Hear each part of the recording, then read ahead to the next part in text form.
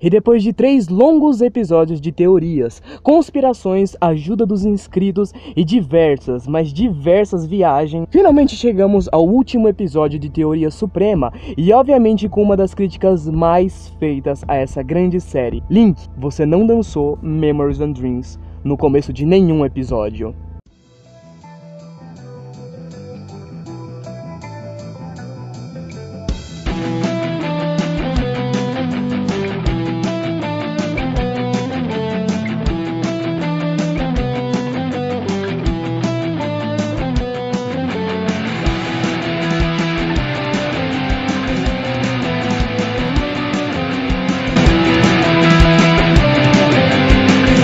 Gamer, uma puta ideia. Vamos trazer um contrabaixo pra dentro do carro. Onde que enfia essa merda agora? Opa, fala aí galera, beleza? Aqui é o Link, sejam bem-vindos ao nosso último episódio. Pois é, hoje é o dia, cara. Hoje é o dia do nosso último episódio de Teoria Suprema. Finalmente chegamos ao final. Teremos a conclusão, mano, aqui nesse episódio. Tava esperando bastante pra fazer esse episódio aqui. Depois do que aconteceu no episódio passado, de vocês terem, explodido totalmente a cabeça, eu resolvi deixar vocês fritando ali um pouquinho pra poder deixar o último episódio, pra poder dar um hype pra vocês, né? Ele deve estar estreando aí sábado à noite, que é um ótimo dia pra poder pegar bastante público. E vamos aproveitar pra ver, cara, se a gente consegue pegar 100 pessoas em live, cara. O último episódio, cara, eu fiquei muito feliz, a gente pegou 90 pessoas assistindo no ao vivo, tá ligado? No primeiro dia que eu postei já pegou, tipo, 600 visualizações, tá ligado? Vocês estão dando um baita de um apoio no canal, ó. Um beijo pra você que manda os vídeos pra outra pessoa de Face, etc. Outro inscrito aí que gosta, tá? Você tá ajudando muito o canal aqui a crescer. Mas enfim, vamos começar a falar sobre o ponto de teoria mesmo. Nesse episódio teremos o chamado prelúdio para o capítulo final, ou prelúdio para o capítulo 5, que é justamente as minhas ideias do que irá acontecer no capítulo 5. É um episódio bem complicado, foi muito complicado de fazer, eu diria pra vocês. Até porque eu coloquei todos os mistérios abrangentes que sobraram da história, tudo que eu não tinha pautado até agora, que vocês estavam falando, Link, você tá esquecendo disso, eu tentei juntar de alguma maneira pra poder colocar as minhas previsões pro último capítulo e pra, obviamente, finalizar a história do Saul Fisher, que a gente começou lá no episódio 2, mas não terminamos ainda, afinal só fomos até o momento da morte dele. Mas será que temos alguma coisa sobre o que vai acontecer depois? Eu disse pra vocês no episódio passado que somente 3 pessoas poderiam nos responder a essa pergunta. Uma delas que seria o nosso grande e amado Jim Johnson, o qual nós já sabemos a história deles. As outras 2 pessoas que seriam elas, Senhorita Rosenberg e o Homem Misterioso. E ele é justamente a nossa segunda pauta principal do vídeo de hoje. Hoje iremos falar sobre a finalização de Saul Fisher e sobre o Homem Misterioso. Então vamos lá, espero que estejam prontos. Roda a vinheta.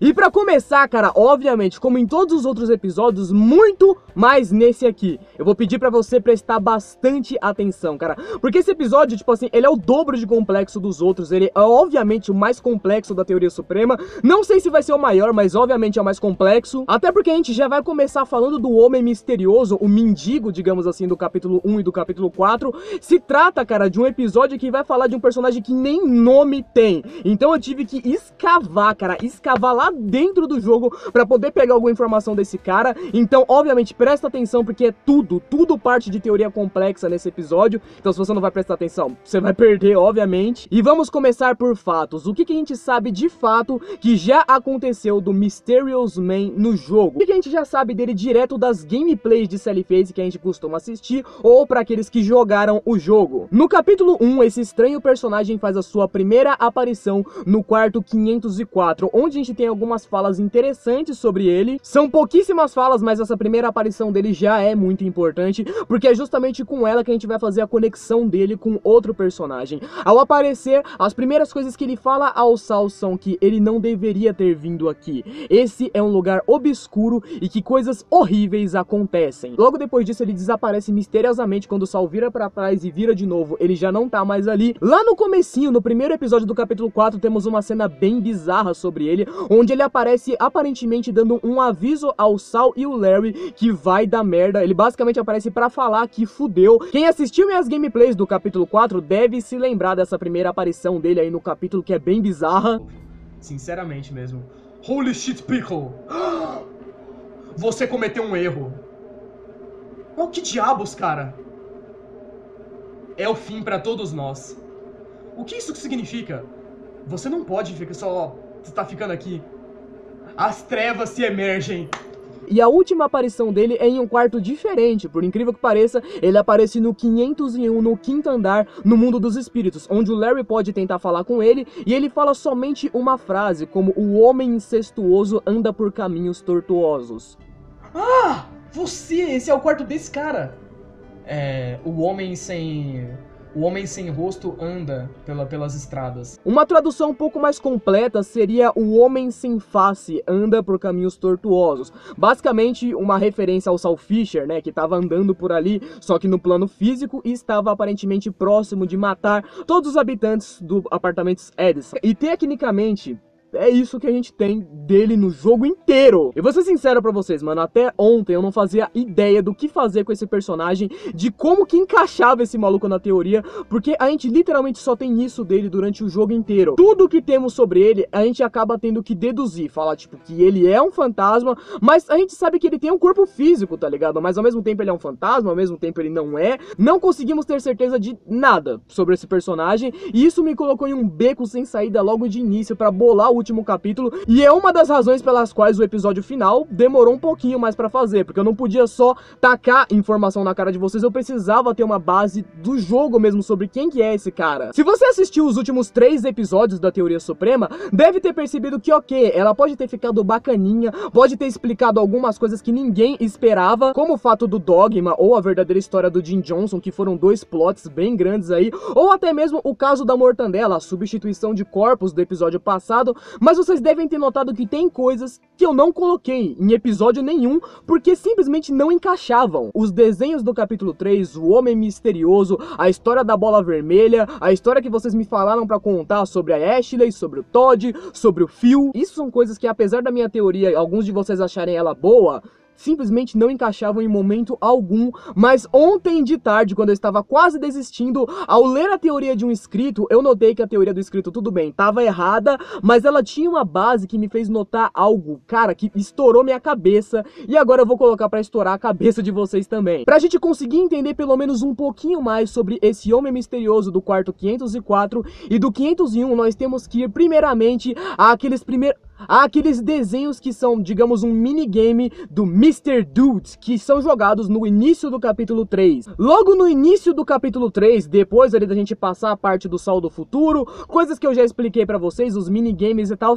quando iniciamos o caso da Mortandela, nós começamos ele em uma página do caderno do Sal, durante a aula de matemática, e nessa página do caderno nós temos o personagem chamado Mr. Dude. A teoria do inscrito era basicamente que o Mr. Dude seria esse velho, seria basicamente o Homem Misterioso. Não, ele não é o Homem Misterioso, eu vou provar isso pra vocês, etc. Mas tem muita coisa interessante com embasamento bom dentro dessa página de caderno que eu não tinha abordado até agora, que confirma muita coisa que eu tinha falado, mas ficou um pouquinho sem base nos outros episódios da teoria. Basicamente falando, cara, essa página de papel e esse minigame do Mr. Dude, ele conta a história do Sal Fisher na entrada dele da primeira vez do apartamento. Se liga como que a gente vai conseguir entender isso. Logo na nossa entrada nesse primeiro minigame, assim, digamos, nós temos o nome do Sal escrito ali no cantinho, o que não é, obviamente, uma prova de que o Sal Fisher é o personagem principal. Nós começamos o minigame com o Mr. Dude falando: e se eu fosse mais do que só um boneco palito? E logo depois disso começamos o minigame de fato,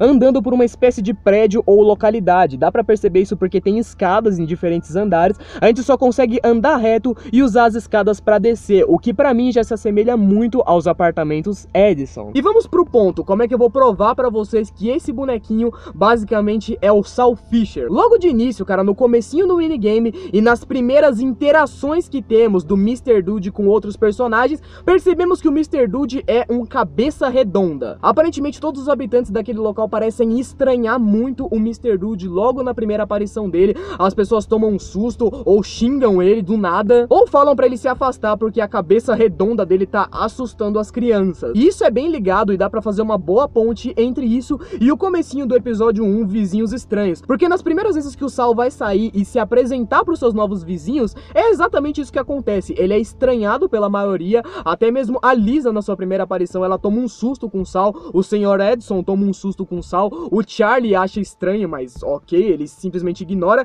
e a Gibson acaba xingando ele. E a gente percebe que apesar da variedade de personagens que tem ali na folha de papel, o Saul é o único que tem uma cabeça redonda, o que é interessante, dá pra fazer uma ponte até mesmo com aquela fala do Jim Johnson, sabe? Saul, você é único, você não é como os outros. E apesar de parecer um pouco confuso, eu vou dizer pra vocês, esse Apartamentos Edison, digamos assim, que aparece no jogo do Mr. Dude, ele é como o Apartamentos Edison comum, só que ele tá ao contrário. Em vez de subir os andares, o Mr. Dude desce os andares. E quando você desce um andar, depois de você falar com aquela besta que te xinga, etc., quando você desce um andar a mais, você encontra um personagem estranhamente peculiar. Ele tá fora, digamos assim, da folha de papel, ele tá um pouquinho pra fora ali, ele parece não estar conectado nem com a folha, mas também não está fora da folha, e é um personagem que eu não preciso explicar nada. Eu vou deixar passar pra vocês cenas de gameplay bem traduzidas do Alan Zoka. Links estão aí na descrição pra caso você queira assistir a série dele, mas faça uma ponte entre uma cena e outra. Acredito eu que vocês não vão nem precisar fazer a cena. Só prestem atenção. Olá? Desculpa, eu não sabia que alguém morava aqui em cima. Olá, senhor, você está bem? Você não deveria ter vindo aqui. Eu sinto muito, eu estava apenas tentando conhecer meus novos vizinhos e... um lugar escuro. Este prédio. Coisas horríveis acontecem. Tem certeza que você está bem? Ai, meu Deus, eu não tô bem. Ah, que ótimo. O quê? Olá? Você não deveria ter vindo aqui. Onde eu estou? Num lugar sombrio. Estamos nos Campos da Morte? Coisas horríveis acontecem quando o sol se apaga.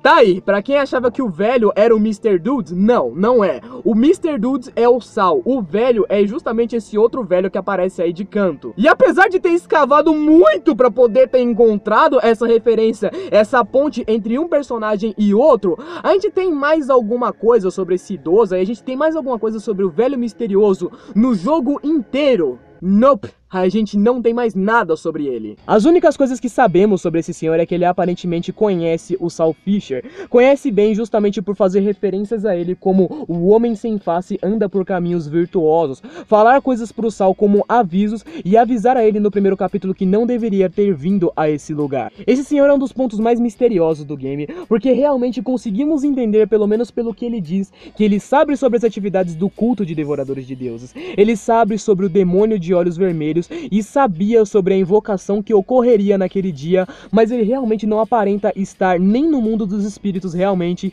e também não aparenta estar no mundo dos vivos. Então só conseguimos pensar em quem diabos é esse cara.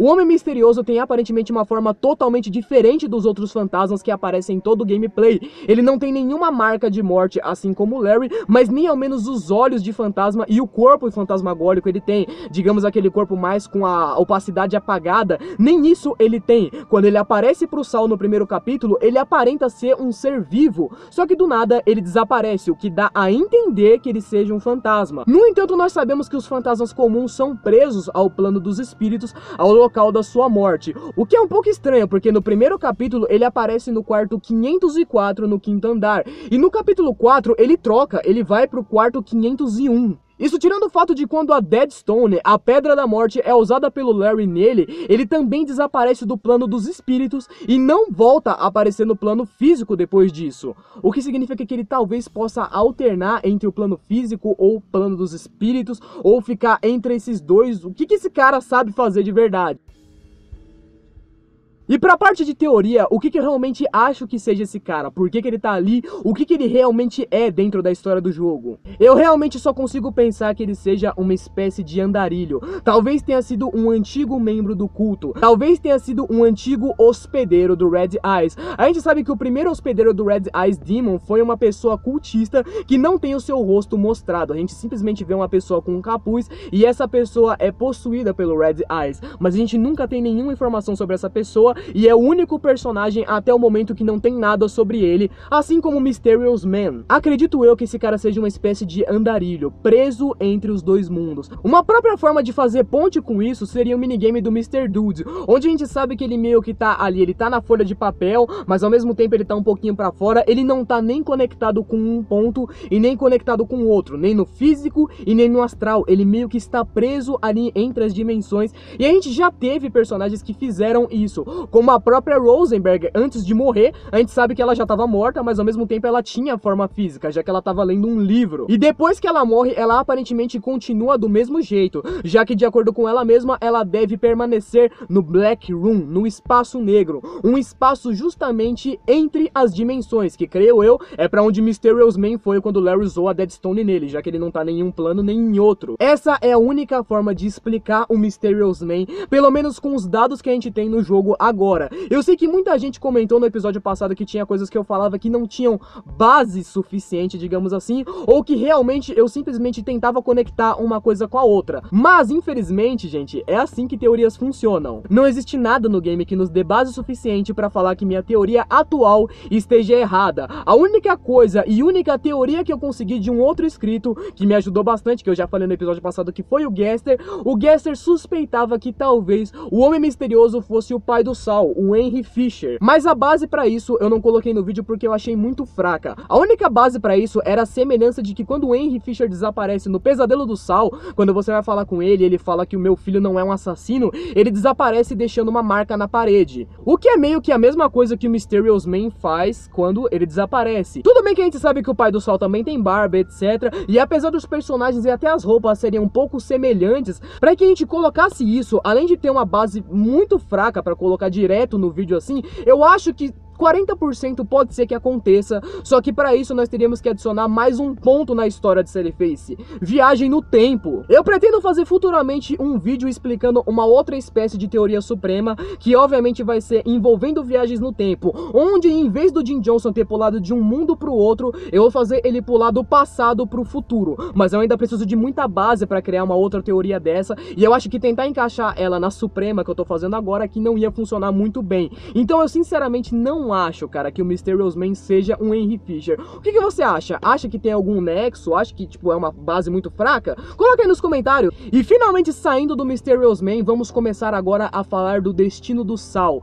e umas coisas muito interessantes que eu achei sobre a Rosenberg e o Saul. Afinal de contas, a gente teria que terminar a parte da Rosenberg, que ficou tão vazia nos outros episódios da teoria. Então vamos falar um pouquinho mais sobre a continuação do joguinho do Mr. Dude. Uma coisa muito interessante que eu achei na história do Mr. Dudes é que ela faz ponte com muitos outros capítulos, com o capítulo 1, com o 2 e com o próprio capítulo 3 e 4, pontes com falas desconectas de outros personagens, que a não ser que você colhe essa parte do Mr. Dude nessas partes, você vai ver que não faz sentido algum. Isso foi uma coisa bem interessante, esse minigame parece feito para ser decifrado, e logo na continuação dele a gente começa a ver coisas bem interessantes acontecendo. Se a gente for analisar direitinho a historinha do Mr. Dude, a gente sabe que ele é um bonequinho que está buscando pela verdade, e quando ele fala com as outras pessoas que estão morando naquele prédio, ou digamos naquela cidade, nós ficamos sabendo que todos os ancestrais daquelas pessoas foram atacados pela grande besta, e que por conta disso elas estão agora nascendo sem braços e sem pernas, estão nascendo de certa forma rasgados. A gente sabe que as pessoas que moraram antigamente no apartamentos Edison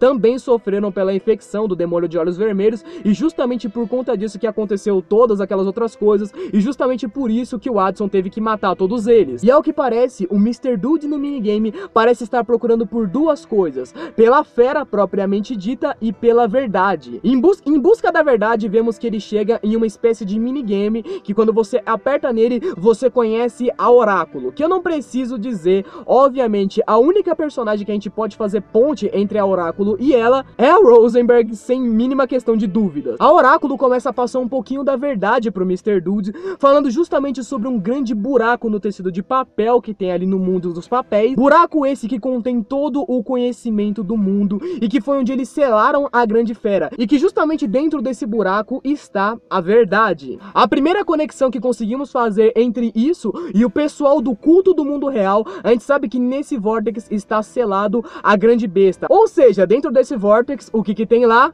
Red Eyes. E pra falar do Vortex, a gente já pode fazer ponte, inclusive, com um personagem que já tá na teoria. Personagem esse que já tá fechadinho, que vem lá do episódio 1 e desde então não foi mais citado, porque já foi um personagem que teve seu destino no jogo, a Evelyn, a irmã mais nova do Jim Johnson. Quanto mais a gente pega as fitas da Evelyn, mais as falas dela vão ficando cada vez mais desconexas. Ela parece não falar nada com nada, mas algumas frases dela começam a fazer sentido quando a gente coloca elas aqui na teoria. Uma das frases dela, quando a gente pega uma das fitas, é justamente uma fala sobre faladores que continuam tentando abrir um vórtex para trazê-lo ao nosso mundo. E é exatamente essa a frase. Eles estão tentando trazer um vórtex que traga ele para nosso mundo. Uma coisa no mínimo curiosa para ser dito por uma pessoa como a Evelyn, que a gente viu alguns episódios atrás, que estava possuída pela essência do Red Eye. Existe uma ponte com essa cena que pode ser feita com a própria Rosenberg do mundo real. No capítulo 4, quando a encontramos no quarto negro, no meio da conversa dela com o Saul, quando ela tá dando as dicas pra ele,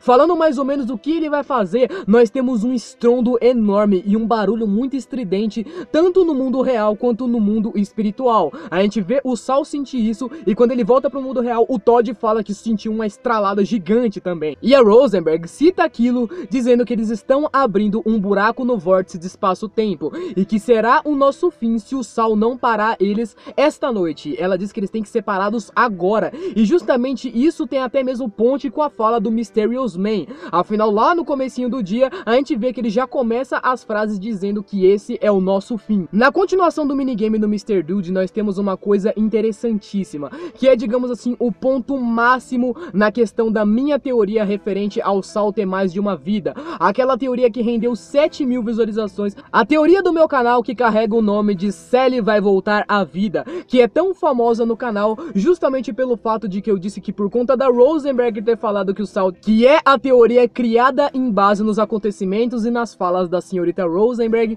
dizendo que o Saul obviamente tinha mais de uma vida. Mas essa não é a única afirmação que temos disso no jogo. A continuação do minigame do Mr. Dudes é um ponto muito importante para o que eu quero falar para vocês, então vamos prestar atenção, porque agora é a hora onde o negócio começa a apertar. Na continuação do minigame do Mr. Dudes, o que nós temos não é nada mais nada menos do que uma bizarrice chamada de Vale dos Mortos, onde ao chegar lá, nós conseguimos enxergar vários palitinhos mortos. E uma coisa que chama a atenção nesse ponto realmente é que não são vários palitinhos comuns, eles não têm a cabeça quadrada como outros personagens, eles não parecem monstros, eles não parecem o velho. Sabemos que o Mysterious Man, a representação dele no quadrinho do Mr. Dude, tinha uma cabeça, digamos, um pouco diferente de um quadrado. Os outros personagens eram quadrados, nós temos personagens em formas de monstro, mas o único personagem que era uma cabeça redonda no minigame até o momento era o Saul, ou seja, o Mr. Dude. Então por que tem várias cabeças redondas mortas ali? E é algo curioso e um pouco burro da nossa parte,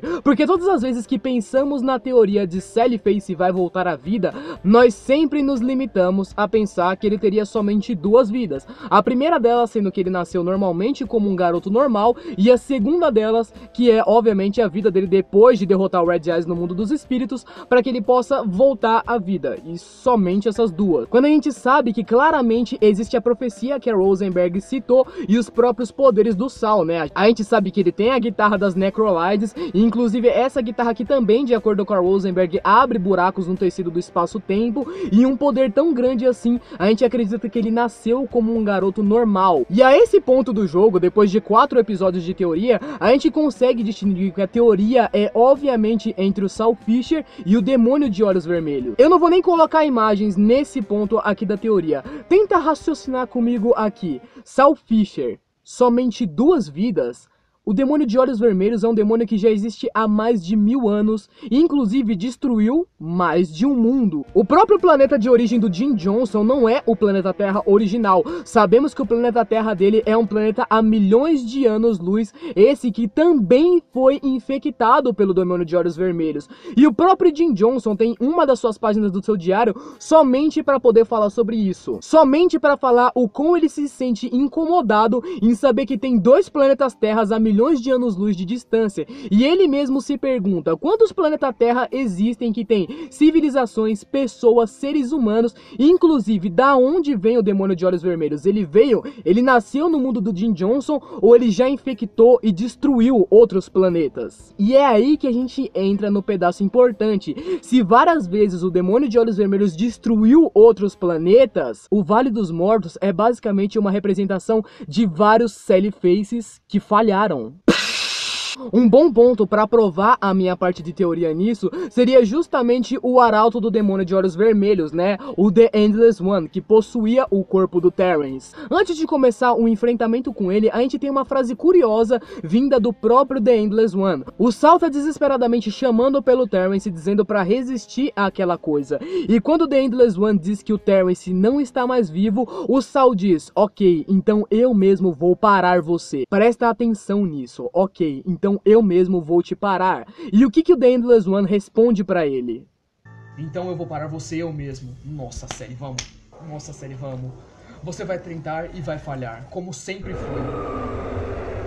Você vai tentar e vai falhar, como sempre foi. Subentende-se disso que o Saul já tentou outras vezes. Eu posso dizer pra vocês que o próprio Mr. Dude do minigame ali do Saul parece que seja um lápis de memória de outra vida. Até porque o próprio Mr. Dude falha. Ao se encontrar com toda a verdade e tentar sugar tudo aquilo de uma vez, talvez, digamos, memórias de outras vidas, e entender tudo aquilo em um único momento, o Mr. Dude é corrompido. E o que acontece com ele... Aparentemente eu estou no grande buraco. Eita, pô, esse é o grande buraco.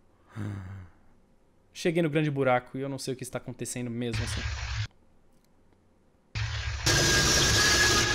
Gente, acho que eu tô no jogo errado. Tá muito estranho isso, eu não quero mais. Naquele primeiro lápis de memória que a gente tem de avisos do Jim Johnson, lá no capítulo 2, que eu expliquei pra vocês que quase ninguém encontrou, o que a gente tem naquela mensagem que eu falei pra vocês que não fazia sentido nenhum e que eu não conseguia colocar na teoria? O Jim Johnson fala pro Saul: Saul, as coisas podem parecer um pouco quebradas, mas tenha paciência, as coisas farão sentido no futuro. Sua mente não é capaz de raciocinar tudo de uma vez. Sua mente não é capaz de entender tudo de uma única vez. Fecha aspas. Ao que aparenta, o que o Mr. Dude buscava não era exatamente parar o demônio de olhos vermelhos. O que o Mr. Dude buscava era somente a verdade. Até porque quando a Rosenberg, a Oráculo, pergunta pra ele qual é o preço da verdade pra você, e o próprio Mr. Dude responde: tudo. Existe uma determinação semelhante a essa do nosso amado Saul Fisher na gameplay do capítulo 4, onde depois de ter derrotado o The Endless One, quando a gente fala com o Terrence, Saul fala pro Terrence que faria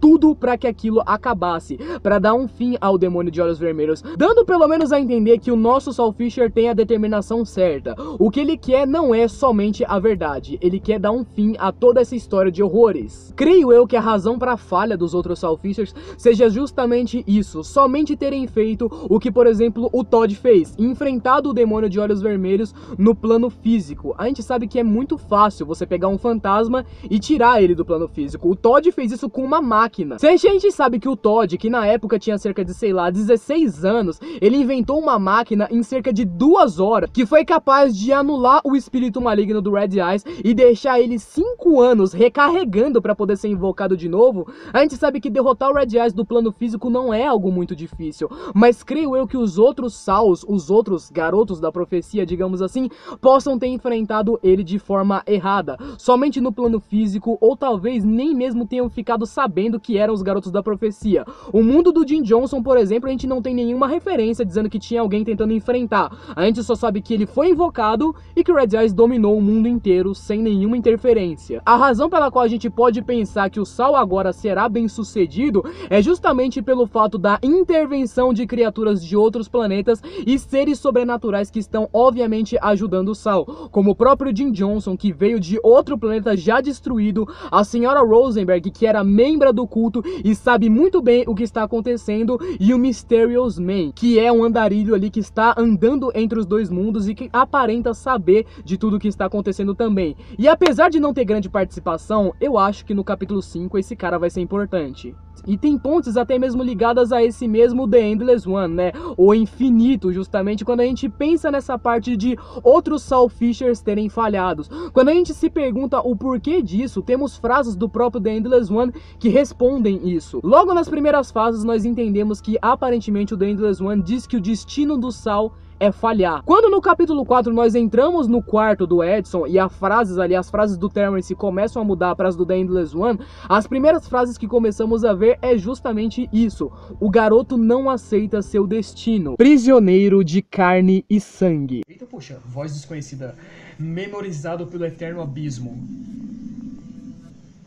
Ok, tá, tem outra pessoa lá dentro. Tem outra pessoa lá dentro, tormentado pelo corpo e pela e pela violência.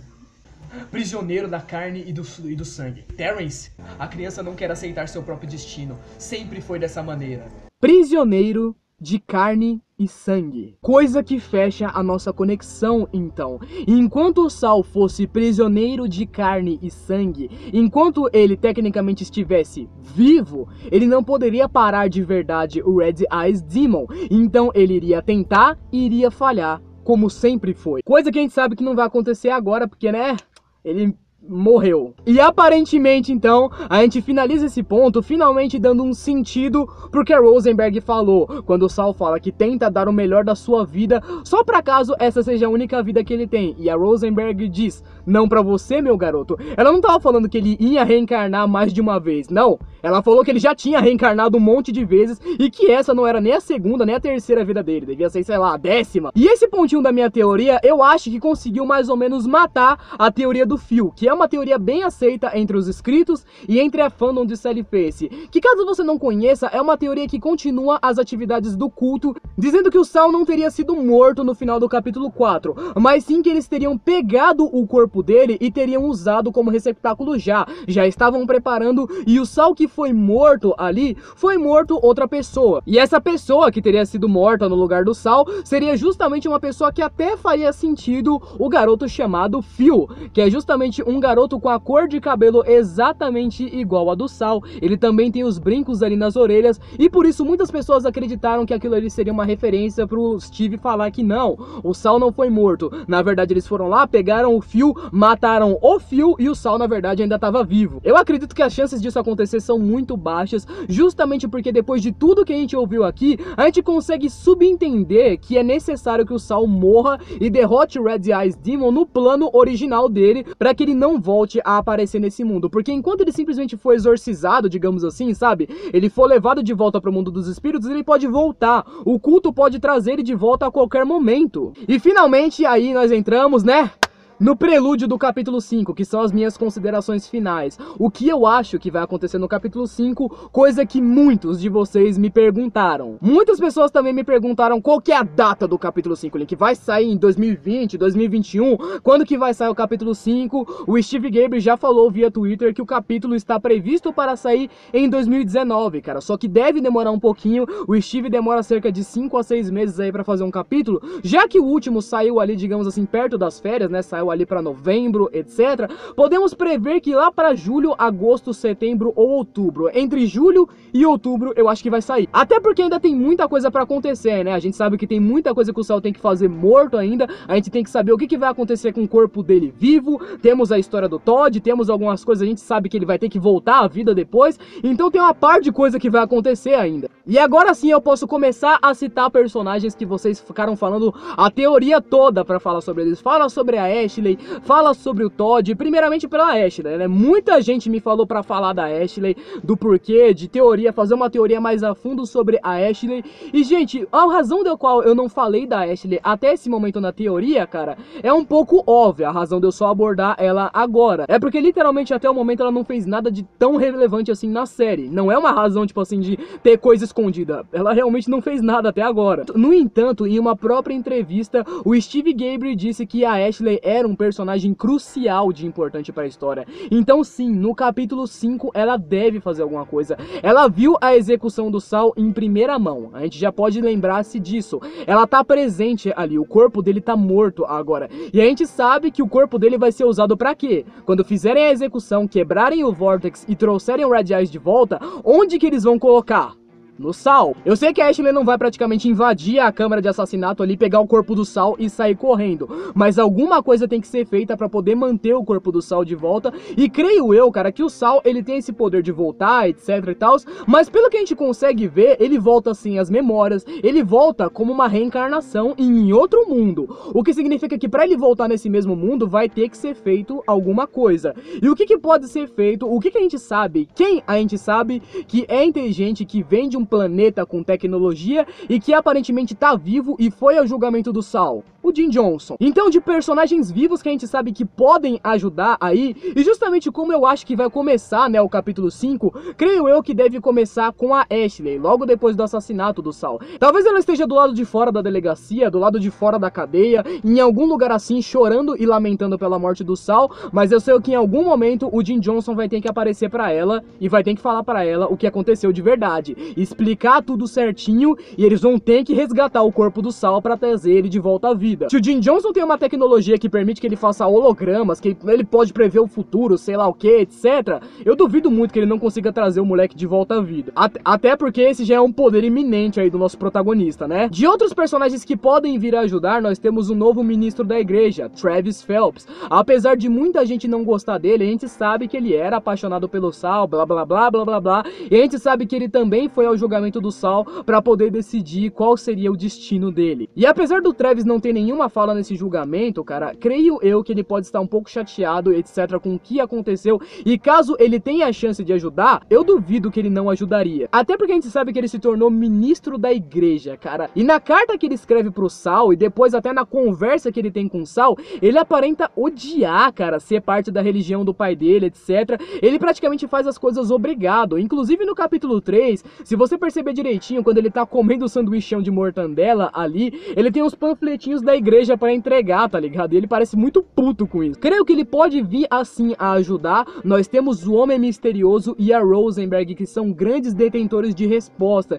que se aparecerem no capítulo 5, creio eu que eles vão tacar um monte de coisa na nossa cara. Provavelmente quando eles tacarem, eles vão quebrar toda a minha teoria. Eles devem falar a verdade, e talvez eu tenha errado algumas coisas na teoria, talvez eu tenha errado tudo também, né? Nunca se sabe, se ele fez ser imprevisível. Muita gente também me pediu pra falar do Todd, né? O prelúdio do Todd, o que ele vai fazer no capítulo 5. Gente, eu acho que isso já é uma coisa mais do que óbvia pra quem já jogou os capítulos e percebeu o que acontece com os receptáculos ali do Red Eyes, cara. Mas se vocês prestarem atenção, cara, os receptáculos, na verdade eles não são nada mais, nada menos do que vasos descartáveis. O Charlie foi um receptáculo, provavelmente aquele Homem Misterioso também foi um receptáculo, o Luke foi um receptáculo, e agora o Todd é um receptáculo. Fora o Todd, a gente sabe que todos os outros receptáculos foram mortos de formas misteriosas, muito que provavelmente pelo culto. E não, cara, não tem nada que o culto tá fazendo com o Todd. É realmente como se eles estivessem fazendo meio que isso. Inclusive tem uma teoria muito interessante que um inscrito me mandou,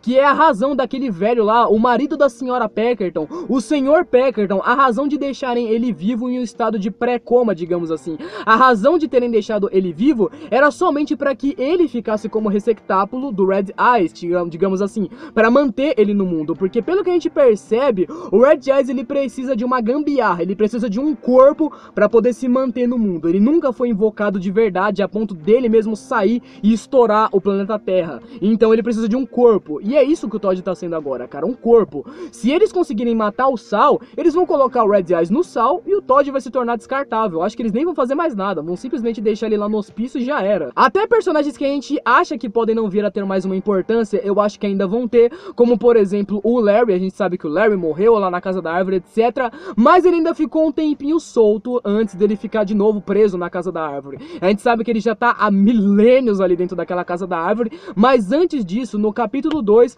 vemos ele falar pro Dr. Enon que a merda é muito mais profunda do que ele e Saul imaginavam, o que dá a entender que ele descobriu alguma coisa antes, dele ficar preso de novo na Casa da Árvore. Até porque ele viu a morte das pessoas que o Saul matou nos apartamentos Edson, a morte do David, dos pais dele, etc. Ele viu cada uma dessas pessoas sair do corpo físico e ir pro mundo espiritual. Então ele sabe que essas pessoas morreram. Mas o que aconteceu, cara, quando essas pessoas morreram? Elas viraram fantasmas normais? Elas viraram alguma coisa com a influência do Red Eyes? Será que o Red Eyes já conseguiu infectar boa parte das pessoas? Será que a infecção continua se espalhando? Isso é algo que não sabemos. O que realmente podemos colocar como único prelúdio do capítulo 5 de Sully Face é que pela primeira vez, com a ajuda dessa vez, o Saul vai tentar e não vai fracassar, porque finalmente agora, não sendo mais um prisioneiro de carne e sangue, parece que talvez finalmente ele tenha uma chance de dar um jeito em tudo e acabar finalmente com a história de horrores que ronda o espírito de Olhos Vermelhos. Ainda assim, depois de toda essa teoria, ainda existem mistérios que eu não consegui encaixar em momento nenhum. O próprio mistério da bola vermelha seria um desses. O próprio Jim Johnson fala várias vezes sobre uma espécie de bola vermelha, essa que aparece no começo do capítulo 3, mas não sabemos a mínima coisa sobre ela. E alguns pedaços da minha própria teoria sobre o Saul ter várias vidas, ou alguns pedaços como eu dizendo que o Saul deve ser usado pelo culto como receptáculo e algumas coisas do tipo, eu ainda acredito que eu esteja perdendo alguma coisa.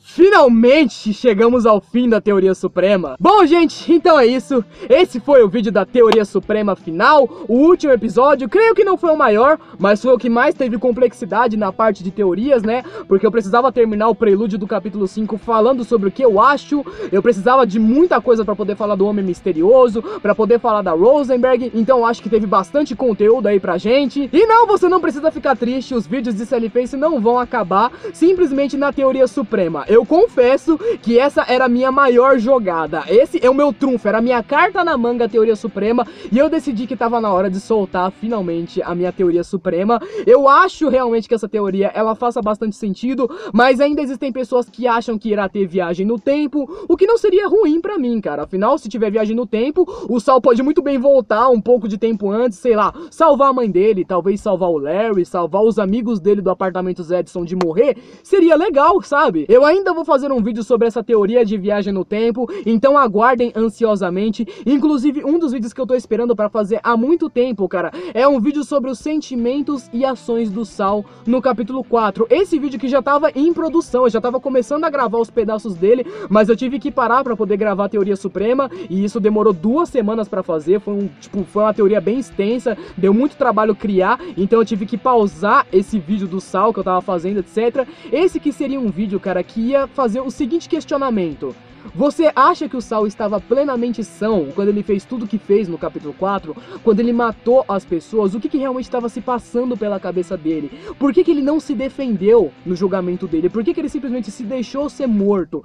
São coisas que eu vou falar pra vocês nesse vídeo. Vai ser um vídeo muito emocional e bem legal pra quem gosta do personagem do Saul e fica se perguntando se ele estava sofrendo nesse momento, o que ele estava sentindo, o que ele sentiu na morte do Larry, etc. Esse vai ser um vídeo que eu vou falar sobre isso. Ainda, os vídeos de meme ainda vão continuar. Ainda tem um vídeo que eu vou planejar fazer aí sobre o porquê que eu gosto tanto de Sully Face, porquê que é uma das minhas obras favoritas, que é, digamos assim, uma revisão do jogo, só que uma revisão mais bem feita do que a minha primeira Indie Game Review, que eu fiz aí há uns 7 meses atrás, né? E é claro, cara, quando começar a sair coisa do capítulo 5, nem que seja, sei lá, 2, 3 imagens, vocês vão ficar sabendo, porque, né? Eu vou tacar os vídeos de teoria aqui, vou entupir vocês de coisa até a gente chegar na parte do capítulo 5. Então eu espero realmente que vocês tenham gostado, cara. Eu sinto muito por muitas vezes a qualidade do canal não ser aquela esperada, né? Tipo, eu não tenho aquele microfone, nem aquela câmera, muito menos aquele cenário. Para todos os inscritos novos que se perguntam por que eu gravo dentro de um carro, é justamente porque é o único lugar onde o meu áudio consegue ficar aceitável, onde vocês conseguem me ouvir bem, porque o áudio aqui, ele não se espalha, então vocês acabam me ouvindo um pouco melhor. Se eu gravar dentro de casa, fica um eco, parece que eu tô falando de dentro do banheiro, tá ligado? A câmera, principalmente, não é das melhores, cara. Ela é um celular gambiarrado com outro celular. Eu uso um dos meus celulares, o melhor de câmera, pra gravar, e eu uso outro celular como flash. Então, como vocês podem perceber aqui pela qualidade diminuída agora, né? Minha câmera não é das melhores. Mas mesmo assim, eu ainda sempre me esforço pra trazer o melhor conteúdo que eu posso pra vocês. Eu espero de coração, cara, que vocês tenham gostado desses vídeos aí da Teoria Suprema. Eu tenho ganhado muitos presentes e muita coisa nos vídeos. Futuramente eu pretendo mostrar isso daí pra vocês, os desenhos, etc. Mas por enquanto, a única coisa que eu posso falar, porque falta 30 segundos pra acabar a bateria da câmera, é: muito obrigado pra você que assistiu até aqui. Eu espero de fundo do meu coração, cara, que você tenha gostado desse vídeo. Caso você tenha gostado mesmo, não se esqueça de se inscrever no canal, comentar o vídeo, mandar pra um amigo seu que gosta de Sally Face. E é isso, gente, na semana que vem já tem um vídeo novo de Sally Face aí, já vai ter mais conteúdo pra vocês. Então é isso, cara, um beijo do fundo do meu coração, um beijo, abraço, valeu, falou e até mais. Fui!